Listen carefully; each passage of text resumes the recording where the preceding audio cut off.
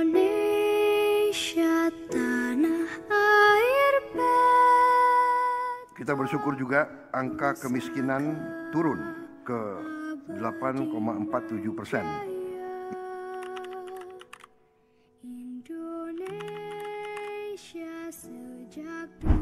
Ini saya diberitahu di catatan oleh para pakar, ini angka terendah sepanjang sejarah Republik Indonesia. 1 tahun pemberdayaan masyarakat, bergerak dan melangkah untuk transformasi bangsa, menyalakan semangat inspirasi, memperluas jangkauan dari pusat hingga pelosok negeri. Pemberdayaan masyarakat dimulai dari data yang akurat. Melalui instruksi Presiden Nomor 4 Tahun 2025 tentang data tunggal sosial dan ekonomi nasional, setiap kebijakan pembangunan dan perlindungan sosial berbasis data yang satu, adil, akurat, dan tepat sasaran. Untuk pertama kali dalam sejarah, pemerintah kita sekarang punya satu sistem data tunggal sosial ekonomi nasional, DTSEN, satu data. Kita ingin meningkatkan ketepatan dalam aliran bantuan-bantuan sosial.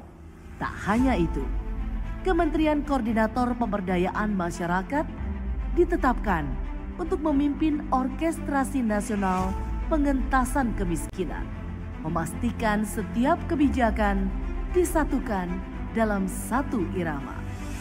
Setiap rupiah anggaran negara harus berorientasi pada pemberdayaan masyarakat, mengubah bantuan jangka pendek menjadi kemandirian jangka panjang. Sekolah rakyat menjadi wujud afirmasi pendidikan dan pemberdayaan, tanda bahwa negara hadir sebagai inspirasi bagi sistem pendidikan bermutu untuk semua. Selain itu, pemerintah juga membangun Koperasi Desa Merah Putih yang menjadi pusat ekonomi baru bagi rakyat. Dengan modal hingga 3 miliar rupiah per koperasi, desa tak boleh lagi tertinggal, namun kokoh berdiri jadi motor penggerak ekonomi nasional. Sementara itu, sektor ekonomi kreatif juga terus menunjukkan peran sebagai mesin baru pertumbuhan ekonomi nasional. Didukung jutaan pelaku UMKM dan kreator lokal, sektor ini menjadi sumber daya baru yang memperkuat ekspor, investasi, dan penciptaan lapangan kerja. Gotong royong bukan hanya nilai, namun strategi yang mengubah paradigma pengentasan kemiskinan. Dari koordinasi menjadi kolaborasi, dari program menjadi perubahan, dan dari pemberdayaan menjadi kemandirian. Satu langkah sudah kita tapaki, langkah-langkah berikutnya menanti. Perjalanan belum selesai, namun kita sudah berada di jalan yang benar. Mari terus bergerak, berdaya, menyalakan Indonesia.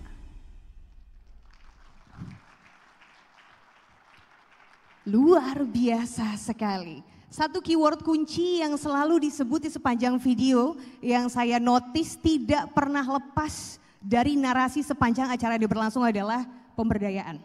Transformasi besar-besaran yang dilakukan Kemenko di bawah Caimin ini membuktikan bahwa pemberdayaan ini bisa menjadi langkah awal yang sangat strategis untuk pengentasan kemiskinan di Indonesia. Kita beri tepuk tangan yang paling meriah dulu. Ternyata pemerintah serius sekali untuk take over terkait dengan hal ini.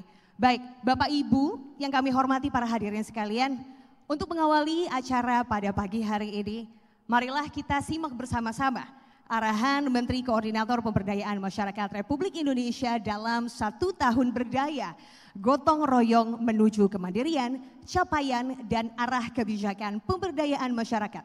Kepada Bapak Muhaimin Iskandar, waktu dan tempat kami persilakan.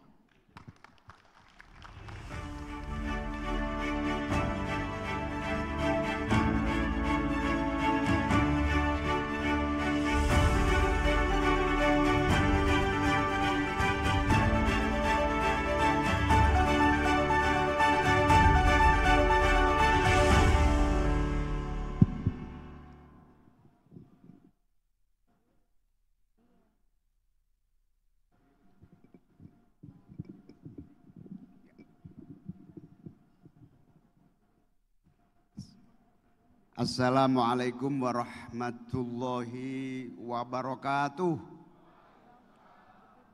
Selamat pagi, salam sejahtera untuk kita semua. Om Swastiastu, Namo Buddhaya, Salam, salam kebajikan. Yang saya hormati Menteri Sosial Republik Indonesia Bapak Saifullah Yusuf. Yang saya hormati Menteri P2MI Bapak Mukhtaruddin. Yang saya hormati Menteri UMKM Bapak Maman Abdurrahman. Yang saya banggakan Kepala Kantor Staf Kepresidenan Bapak Muhammad Qodari. Ini baru, tepuk tangan pada yang baru ini. Masih segar, produksinya banyak, videonya sudah. Baru sebulan videonya banyak banget itu. Sampai kewalahan mau ikut ngupload itu. Yang saya hormati Kepala Lembaga Administrasi Negara Bapak M. Taufik. Yang saya hormati Wakil Menteri Koperasi Ibu Farida Farihah. Ini juga baru, tepuk tangan Bu Wakil Menteri baru. Wakil Menteri Desa dan Pembangunan Daerah Tertinggal Bapak Ahmad Riza Patria. Wakil Menteri Perindustrian Bapak Faisal Reza. Tepuk tangan ini Pak Faisal Reza.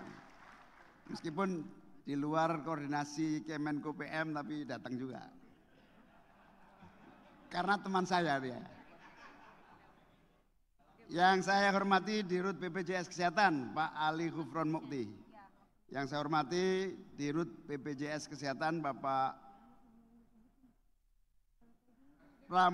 kebalik Pak BPJS Ketenagakerjaan Bapak Pramudya Irawan. Ada Gubernur Riau yang saya banggakan, Wakil Gubernur Kalimantan Tengah Pak Edi Pratowo, Wakil Gubernur Papua, para Bupati, Wakil Bupati atau yang mewakili pemerintah daerah yang hadir yang saya muliakan, para pejabat Eselon 1, Eselon 2, Kementerian Lembaga yang hadir yang saya hormati, hadirin hadirat sekalian, teman-teman para wartawan yang saya banggakan. Wartawannya sebelah mana ini? Loh, yang paling penting wartawannya ini. Ini gimana settingnya ini? Kalau yang ini pelaku semua, ini tujuan acara ini untuk wartawan. Gimana? Sungguh saya bersyukur, berbahagia. Wartawan bisa ngambil dari jauh gitu kan? Awalnya acara ini memang dengan wartawan saja, menyampaikan ke publik prestasi Pak Saiful, prestasi Pak Mukhtaruddin, prestasi Pak Maman, prestasi semua kementerian di dalam koordinasi Kemenko PM sebagai pertanggungjawaban 1 tahun. Tapi Pak Ses punya inisiatif tempat yang lebih nyaman, lebih besar, ternyata ini luar biasa. Tepuk tangan untuk Pak Ses.